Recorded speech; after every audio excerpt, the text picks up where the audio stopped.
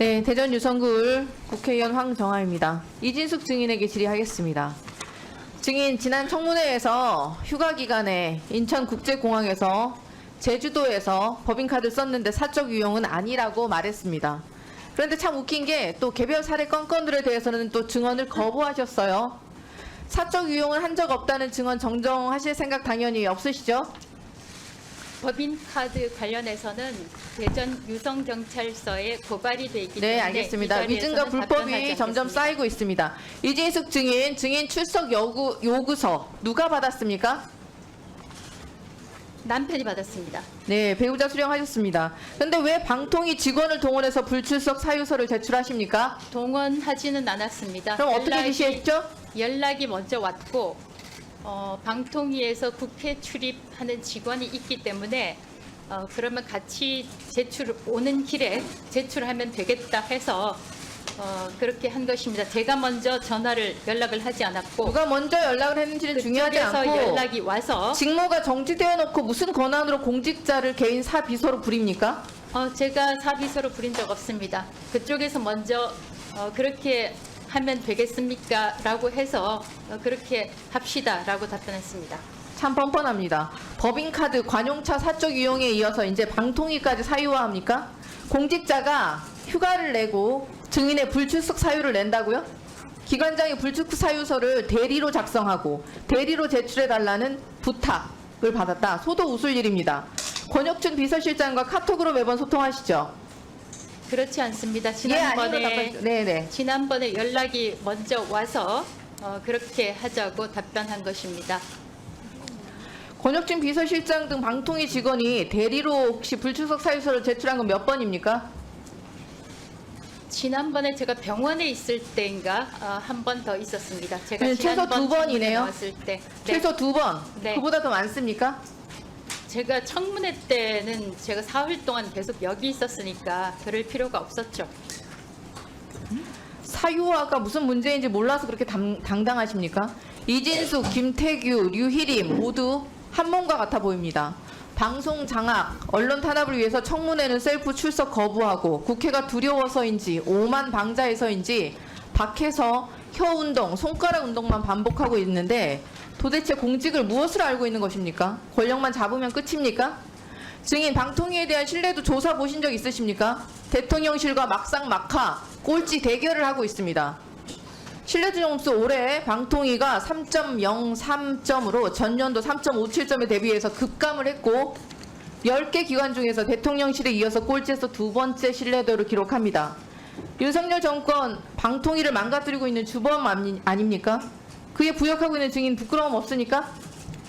전혀 부끄럽지 않고 제가 말씀드리기 민망하지만 만약에 제가 탄핵을 당하지 않았다면 그런 결과가 나오지 않았을 참 거라고 문제가 생각합니다. 뭔지도 모르고 계십니다. 이진숙 증인, 탄핵 소추로 직무는 정지되었지만 연봉이 1억 4천씩이나 받는 고위 공직자 신분입니다. 맞죠?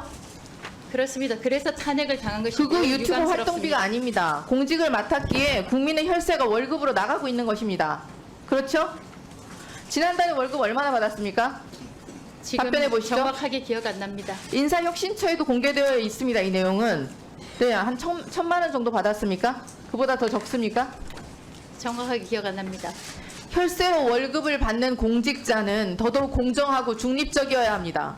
삼권 분립의 헌법 정신에 따라서 법원의 판결도 존중해야 됩니다. 맞죠? 그렇습니다. 그런데 본인의 SNS에서 왜 MBC를 계속 수중에 두고자 하는 좌파 진영의 총력전이 일단 성과를 거두었다. 강제원 역시 국제인권법 출신이다. 법조계 자경화 뿌리는 오래되고 깊다면서 김일성의 비밀 교시가 법조계 적화를 도모했다는 식의 글을 올렸습니까? 소셜 미디어 관련해서 내용에 공감할 좋아요라고 경우 하는 글을 것은 공유한다고 답변하신 적이 이미 있으십니다. 아는 후배의 글에 잘 읽었다는 뜻이기도 아니죠. 합니다. 이 글의 내용에 동의하실 때 공유하신다고 이미 답변하셨었고 이 글의 내용에도 동의하시니까 올리신 거겠죠. 동의할 때도 아니면 또 좋아요라고 무슨 하고 손가락 운동하신 때로는 겁니까? 잘 읽었다라는 뜻으로 좋아요를 누르기도 합니다. 국정감사장에서 증인이 방통위원장직을 맡아서 국정을 수행할 수 있는 최소한의 공직 윤리가 있는 사람인지 질의 드리는 겁니다. 증인, 월간 조선 인터뷰에서 왜 MBC 노조의 합법적 파업을 불법이라고 평가했습니까? MBC 노조 파업은 불법입니까? 합법입니까?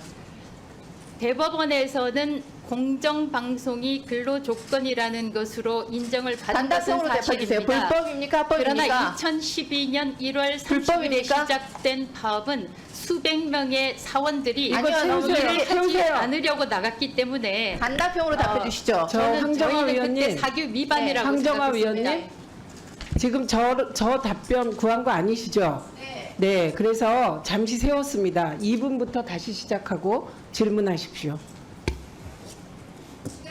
제한되어 있습니다. MBC 노조 파업 불법입니까? 합법입니까? 대법원에서 아니요. 공정방송이 불법입니까? 저는 불법이냐 합법이냐라고 하는 질문에는 답변을 할 수 없습니다. 다만 수백 명의 사원들이 사규를 무시하고 일터를 떠났기 때문에 거기에 맞게 징계를 한 것입니다.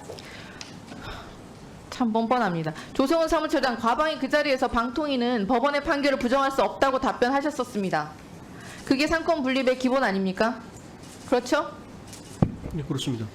이진숙 증인, 박문진 이사 재판부는 좌파라는 얘기가 있다나 본인이 보수 유튜브에 나가서 한 말입니다. 다시 묻겠습니다.